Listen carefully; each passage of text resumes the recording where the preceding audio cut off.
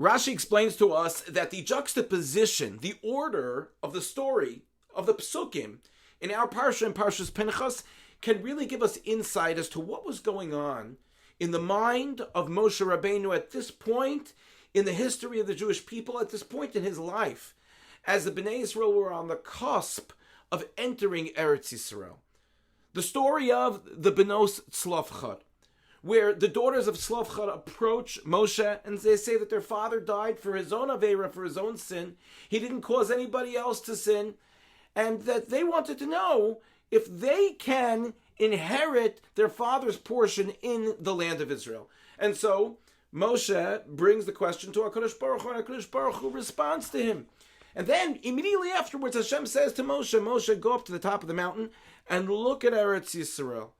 And at that moment, Moshe Rabbeinu realizes, I thought that maybe because Hashem told me to explain to the daughters of Tzlofchad that they're going to get a part in Eretz Yisrael, maybe Hashem changed his mind about me going into Eretz Yisrael.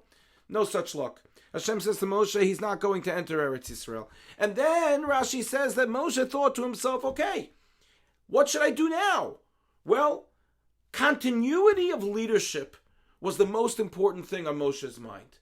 He wanted to make sure that the Bnei Yisrael, the Jewish people, have a leader who will be able to be sovel, who will be able to deal with them, be able to understand them, have patience with them, be able to give to them, as he did. And so Moshe Rabbeinu, Rashi tells us, thought to himself, well, just as my brother Aaron had his son Elazar follow him, I hope that I can have my son, whether it was Gershom or Eliezer, follow me. So he asks Hashem, he says, Hashem, please make sure that you appoint a leader for Klal Yisrael, for the Jewish people, hoping that that's what Hashem would tell him. Just like Aaron's son took over for him, so too your son will take over for you. And Hashem says to him, okay, Moshe, great idea. Take Yehoshua and put your hand on him.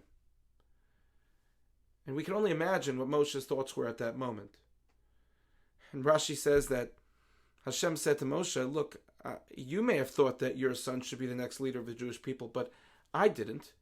There is no one who I could think of who would be the better leader for the Jewish people than Yehoshua, who was there and watched your every step, Moshe, who saw the struggles, who saw the rebellions, and who saw your leadership and understood what it would mean to lead the Jewish people. So Hashem says to Moshe, take Yehoshua and put your hand on him and give him smicha and give some of your glory to him so that he should be strengthened and he should be able to lead the people as you led the people. And so one would think that at this moment Moshe had tremendous disappointment. But the Torah continues to tell us that Moshe did as Hashem commanded him. He took Yehoshua and he put his hand on him. But here's the thing. The Torah records that he didn't just put one hand on him. The Torah says that he put both hands on Yehoshua. Vayismoch es yadav alav vayitzavehu kasher diber Hashem biad Moshe. Hashem said put one hand on him, and Moshe put both hands on him. And listen to what Rashi tells us about Moshe's action. Rashi says, both hands? Why did he put both hands on him? Be'ayin yafeh, with a good eye, with a good feeling. Yoser v'yoser mimashen itztave, that Moshe did more than Hashem had requested of him, because Hashem requested of him to give to Yehoshua on an emotional level, to give him chizuk, to give him strength.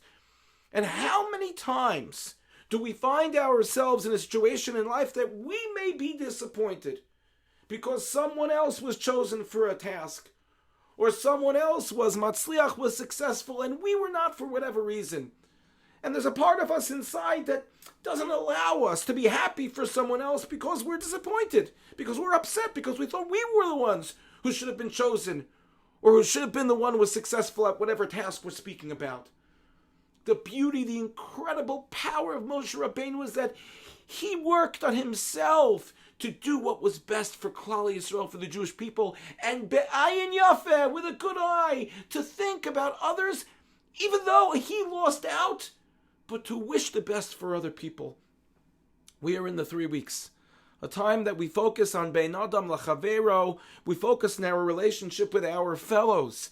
We want to strengthen ourselves on our midos, on our own character traits. What a beautiful lesson that Moshe Rabbeinu teaches us. That to look at others and to be happy for others. And to give bracha, to give blessing to others. B'ayin yafa, with a good eye and with a smile. May we be zocha, may we merit to strengthen ourselves in this area and really be able to feel good and feel happy for others. Thank you for listening and have a good Shabbos.